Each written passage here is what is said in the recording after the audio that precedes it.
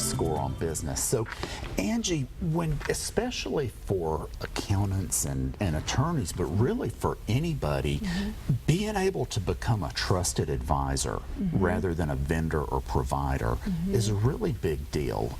Talk to us about that. It is a big deal, and we are finding in accounting and law, and really especially in accounting, clients want an advisor. They don't truly want only a compliance-focused professional, so that an accountant's working on tax or audit. They want somebody who can actually give them advice on what are the decisions I need to make to grow my business? How can I be profitable? How can I solve challenges and problems? And so it's really critical that from the time executives in your firm or organization start, that you have a focus on being a trusted advisor. And we need to teach people how to do that. And for entrepreneurs, it's really important because they will then uncover opportunities to develop new products or services for their clients as well. Yeah, that makes a lot of sense. When you're doing leadership development with your clients, what do you do relative to leadership development relative to them getting what's needed in place to grow the business? Well, we do a lot of different things. We focus on a lot of different fundamentals of leadership development, communication, and accountability, and different personality profiles, client service. There are lots of different ways, areas where we focus. In terms of being a trusted advisor, though, that's a big area for leadership development. And we simply teach our clients how to feel comfortable developing a solution with the client and not going in knowing all of the answers. Yes.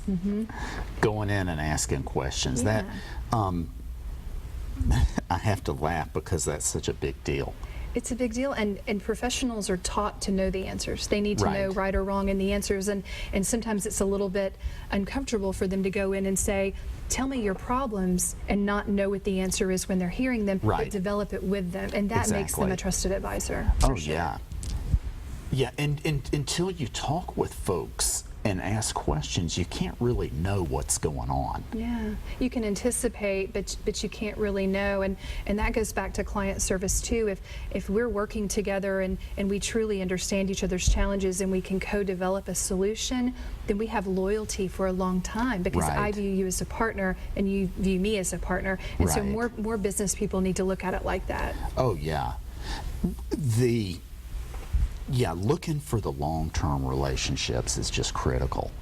It is. It is. It's a lot easier, and actually I think it's more satisfying to build long-term relationships. We call it climbing up the value ladder. Right. So where you're not viewed as a commodity, but you're viewed as a true trusted advisor or partner, because there's less price resistance. There's more innovation. It's more fun. There's more loyalty. So I think no matter what industry you're in, if you can focus on how do I get to the top of that value ladder with my client, then you've got long-term, very beneficial relationships, and you get referrals. Yeah.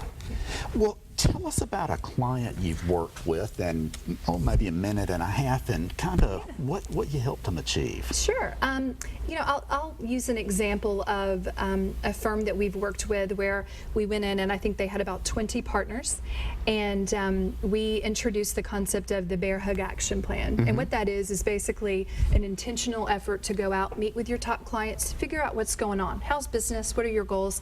And we created a process where we had them go and meet with top clients over, say, a 3-month period. They came back to us. They grumbled when we introduced the concept, but then they came back 3 months later and they said, we're so glad we did it, because a competitor has moved into our market, and had we not been right in front of our clients, they would have taken them away because they were underbidding cost. So that's an example of one initiative we might work on with a client. Oh yeah. Yeah, you have to stay in front of your customers. You do, and you've got to remind yourself to do it. Yeah. It's important. Well, and you were talking about systems earlier, and one system is to have it set up in Outlook. That's right. There's plenty of software on the market that will. Absolutely. Yeah. Good. Well, we're about out of time for this show. Thank you so much for being here. Thank you for having me. It's been great. Awesome, and we're going to have you back on the next show. Great, I'd love it. Okay. Ladies and gentlemen, we'll see you next week.